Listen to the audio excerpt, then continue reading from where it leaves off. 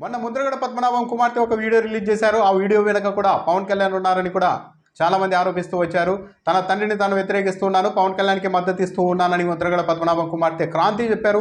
ఈరోజు అంబటి రాంబాబు అల్లుడు గౌతమ్ కూడా ఒక వీడియో రిలీజ్ చేశారు. ఆయన మరీ తీవ్రంగా అంబటి రాంబాబుపై అనుచిత వ్యాఖ్యలు కూడా చేశారు. ఈయన వెనుక కూడా జనసేన పార్టీ ఉందని వైసీపీ ఆరోపిస్తోంది. ఆ వీడియోలో తానుగా అంబటి రాంబాబు అల్లుడిగా పరిచయం చేసుకున్న గౌతమ్ అంబటి రాంబాబు లాంటి నీచుడిని నికృష్టుడిని తాను ఇంతవరకు చూడలేదు, ఇలాంటి వ్యక్తిని మరోసారి తన జీవితంలోనికి పంపించవద్దని రోజు భగవంతుడిని కోరుకుంటూ ఉంటున్నాను. అంబటి రాంబాబు లాంటి వ్యక్తికి ఓటు వేసే ముందు ఆలోచించుకొని ఓటు వేయండి. అంబటి రాంబాబు లాంటి వ్యక్తికి ఓటు వేస్తే సమాజం తలరాత కూడా ఇలాగే తయారవుతుంది.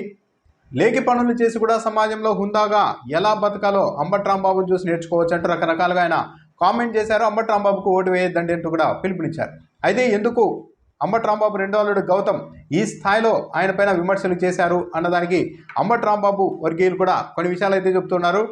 అంబటి రాంబాబు రెండో అల్లుడు గౌతమ్ 4 ఏళ్ల క్రితమే భార్య ఈయన విడిపోయారు.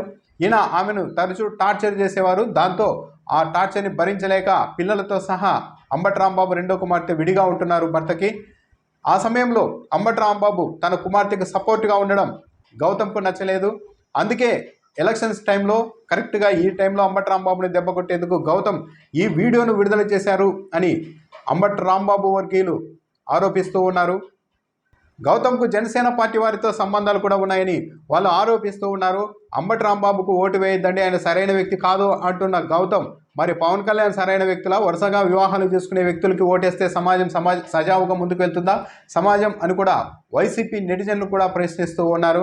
గతంలో తన తల్లిపై ఆరోపణలు చేయించారు, బూతులు తిట్టించారంటూ నారా లోకేష్పై శపథం చేసిన పవన్ కళ్యాణ్ ఆ తర్వాత ఇప్పుడు మళ్ళీ అదే పవన్ కళ్యాణ్ నారా లోకేష్ చంద్రబాబు నాయుడు గెలుపు కోసం ప్రయత్నిస్తున్నారు కదా, మరి అలాంటి వ్యక్తికి ఓటు వేయాలా అని కూడా వైసీపీ నెటిజన్లు ప్రశ్నిస్తున్నారు. దాంతోపాటు 2014లో టీడీపీ బీజేపీతో కలిసి వెళ్ళిన పవన్ కళ్యాణ్ ఆ తర్వాత 2019కి వచ్చేసరికి కమ్యూనిస్టులు మాయావతితో కలిశారు. ఎన్నికల రిజల్ట్ వచ్చిన వెంటనే మళ్ళీ కాషాయం ధరించేశారు. ఇప్పుడు మళ్ళీ తెలుగుదేశం పార్టీ గెలుపుకు భుజాన్ని ఎత్తుకొని మరి ప్రయత్నం చేస్తున్నారు. అలాంటి వ్యక్తికి ఓటేస్తే మరి సమాజం ముందుకు వెళ్తుందా అని కూడా ప్రశ్నిస్తున్నారు.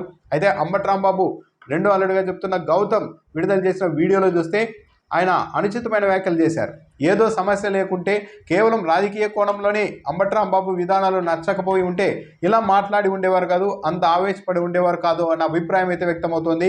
నీచుడు నికృష్టుడు అంటూ మాట్లాడారు అంటే వ్యక్తిగతంగా ఉన్న విషయాల ఆధారంగానే అంబటి రాంబాబును ఇబ్బంది పెట్టేందుకు ఎన్నికల టైంలో ఈ వీడియో చేసినట్టుగా చాలామంది భావిస్తున్నారు.